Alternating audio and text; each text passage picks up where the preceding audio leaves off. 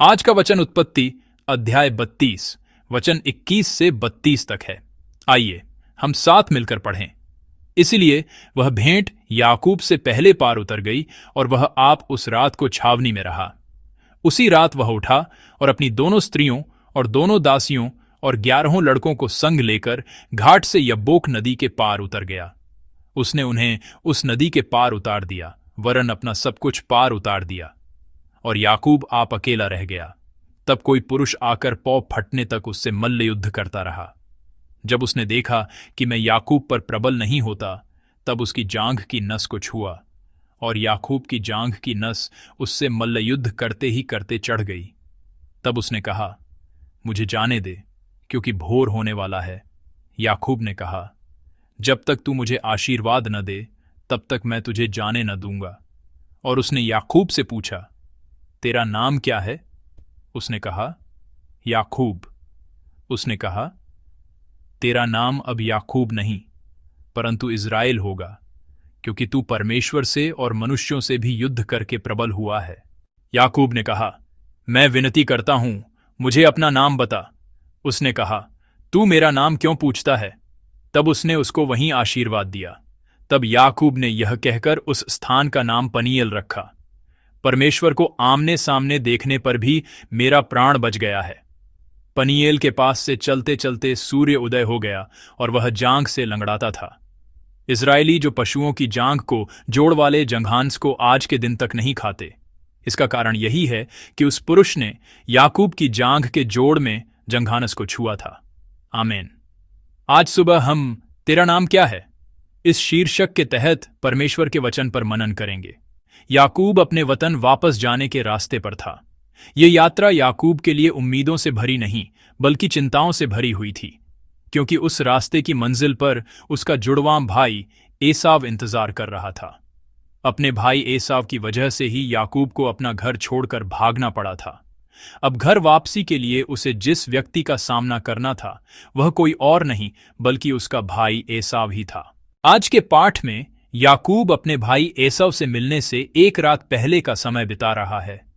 याकूब ने अपने भाई के मन को मनाने के लिए पहले ही उपहार भेज दिए थे, और यहां तक कि अपनी 2 पत्नियों, 2 दासियों, 11 बेटों और अपनी सारी संपत्ति को नदी के उस पार भेज दिया था।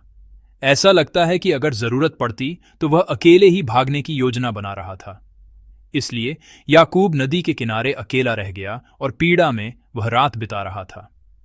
आज के इस वृत्तांत का सार नाम में निहित है। परमेश्वर ने याकूब से पूछा, तेरा नाम क्या है? और याकूब ने अपना नाम बताया। उस नाम को सुनकर परमेश्वर ने याकूब का नाम बदलकर एक नया नाम इस्राएल रख दिया। और याकूब ने भी परमेश्वर से उनका नाम पूछा, लेकिन परमेश्वर ने अपना नाम नहीं बताया। उन्होंने केवल उसे आशीष दी। याकूब ने उस स्थान का नाम पनूएल रखा, जिसका अर्थ है परमेश्वर का मुख, क्योंकि उस रात उसने परमेश्वर का सामना किया था। इस आमने सामने की मुलाकात ने याकूब के जीवन को पूरी तरह से बदल दिया। यह वही याकूब था जो इस डर से कांप रहा था कि कल सुबह जब वह अपने भाई एसाव से मिलेगा तो क्या होगा। संक्षेप में, याकूब का जीवन सामना करने के बजाय भागने और बचने का जीवन था। वह अपने भाई का सामना करने से बचकर अपने मामा लाबान के पास भाग गया, और जब उसके मामा लाबान का व्यवहार बदल गया तो वह बिना बताए अपने मामा के घर से भी भाग गया। इस तरह याकूब का जीवन सामना करने के बजाय भागने का जीवन था। जब भी कोई समस्या उत्पन्न होती तो याकूब उससे बचता और उसे नजरअंदाज कर देता था, लेकिन परमेश्वर ने उसे ऐसे पकड़ा कि वह अब और भाग न सका। परमेश्वर ने याकूब का सामना करने के लिए कुश्ती का तरीका चुना। कुश्ती से बेहतर आमने सामने का कोई और तरीका नहीं है। कोरियाई कुश्ती में कंधे से कंधा मिलाया जाता है, और जापानी सूमो या पश्चिमी कुश्ती में भी प्रतियोगी आमने सामने होकर ही मुकाबला करते हैं। इस तरह याकूब, जो हमेशा सामना करने से कतराता था, एक ऐसी परिस्थिति में आ गया जहां उसे सामना करना ही पड़ा। और इस मुकाबले के द्वारा याकूब ने अपने अब तक के जीवन से बिल्कुल अलग व्यवहार किया। यह उत्पत्ति 32 के 26वें पद में प्रकट होता है। आइए हम सब मिलकर 26वां पद पढ़ें। आइए एक साथ पढ़ें। उसने कहा, मुझे जाने दे, क्योंकि भोर हुआ चाहता है। याकूब ने कहा, जब तक तू मुझे आशीर्वाद न दे तब तक मैं तुझे जाने न दूंगा। आमीन। परमेश्वर जो याकूब से कुश्ती लड़ने आए थे अब उसे छोड़ने वाले हैं। 25वें पद में लिखा है कि उसने देखा कि वह याकूब पर प्रबल नहीं हो सकता। हमें आश्चर्य हो सकता है कि परमेश्वर भला कैसे नहीं जीत सकते, परंतु परमेश्वर अक्सर हारते हुए दिखाई देकर ही लोगों से मिलते रहे हैं। क्रूस पर भी ऐसा लगा कि परमेश्वर हार गए हैं। यदि हम सताए गए नबियों या शहीद हुए प्रारंभिक कलीसिया के संतों की कहानियों को देखें तो परमेश्वर ने लोगों को अपनी शक्ति से पराजित करके डराने के बजाय अक्सर हार स्वीकार की और लोगों की प्रतीक्षा की।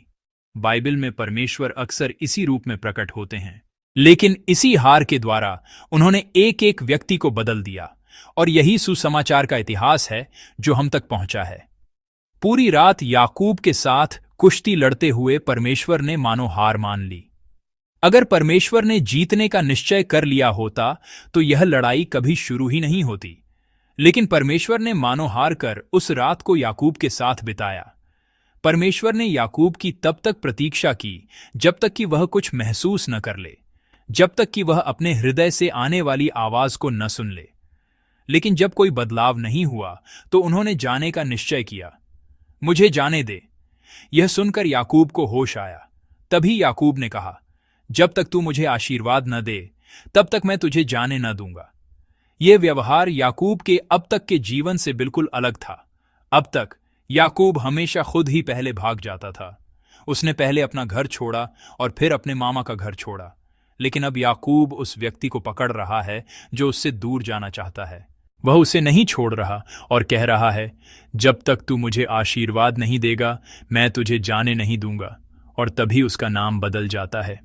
जब उसने अपने जीवन के परिचित तरीके यानी भागने और बचने के बजाय सामना करने और मुकाबला करने का चुनाव किया, तभी याकूब का नाम बदला गया। परमेश्वर ने याकूब से पूछा कि उसका नाम क्या है और याकूब ने अपना नाम बताया। यह एक ऐसा नाम था जिसे वह बताना नहीं चाहता था, क्योंकि जीवन भर याकूब के रूप में नहीं बल्कि एसाव के रूप में जीना चाहता था। पहले जब उसके पिता इसहाक उसे आशीर्वाद दे रहे थे तो उन्होंने पूछा था, तू कौन है? और जब इसहाक ने पूछा, क्या तू सच में मेरा बेटा एसाव है? उस समय याकूब ने खुद को एसाव बताकर धोखा दिया था। इसी वजह से याकूब के पूरे जीवन में समस्याएं पैदा हुईं और उसका जीवन पूरी तरह से उलझ गया। एसाव बनने की इच्छा, पहलौठा बनने की इच्छा, याकूब के रूप में न जीने की इच्छा, इन इच्छाओं के कारण ही उसका जीवन इतना अस्त व्यस्त हो गया था। अब याकूब परमेश्वर के सामने स्वीकार कर रहा है कि वह याकूब है। वह खुद को एसाव के रूप में नहीं बल्कि याकूब के रूप में प्रस्तुत कर रहा है। शायद उस रात कुश्ती लड़ते हुए उसने यह महसूस कर लिया था कि परमेश्वर के सामने उसे कोई और बनने की जरूरत नहीं। उसका याकूब होना ही काफी है। उसे एसाव बनने की जरूरत नहीं है। उसने अपना पूरा जीवन एसाव बनने की कोशिश में बिता दिया, लेकिन अब उसे यह एहसास हुआ कि एसाव बने बिना भी उसका जीवन मूल्यवान है। तभी उसे आशीष का नाम इज़राइल मिला। आइए हम सब मिलकर 28वां पद पढ़ें। 28वां पद इस प्रकार है, उसने कहा, तेरा नाम अब याकूब नहीं परंतु इज़राइल होगा, क्योंकि तू परमेश्वर से और मनुष्यों से भी युद्ध करके प्रबल हुआ है। आमीन। जब उसने परमेश्वर का सामना किया और अपने सच्चे स्वरूप को स्वीकार करने का साहस पाया तो याकूब का नाम बदल गया और उसे एक नए जन्म जैसी आशीष मिली।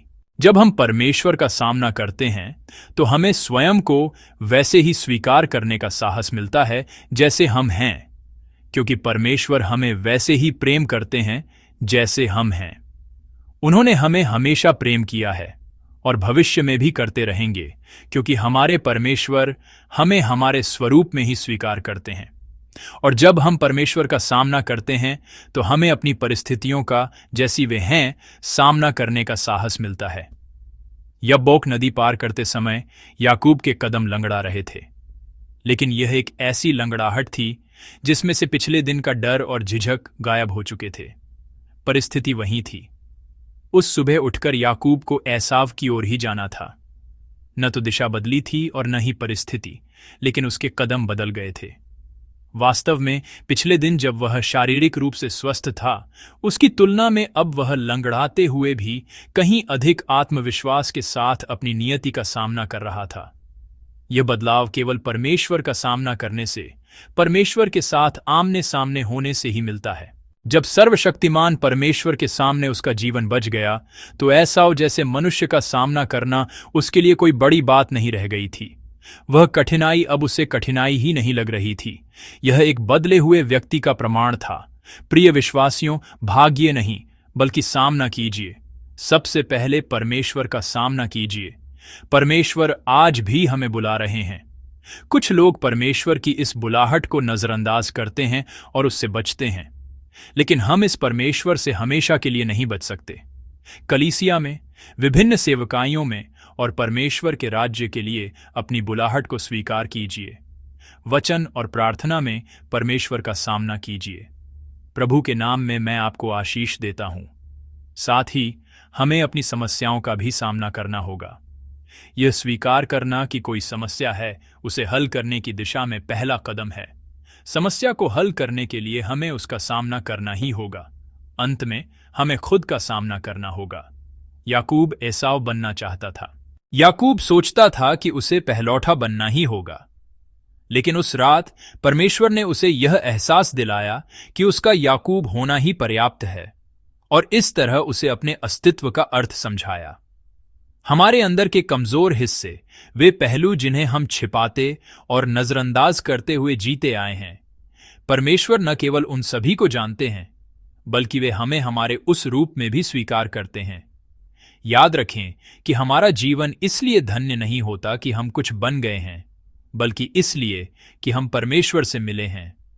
आज सुबह परमेश्वर का सामना करके स्वयं का और अपनी समस्याओं का सामना करने का साहस पाइए। परमेश्वर से हुई इस मुलाकात से मिली दिलेरी के साथ आज के दिन को प्रभु में एक विजयी दिन बनाइए। मैं प्रभु के नाम में आप सबको आशीष देता हूं।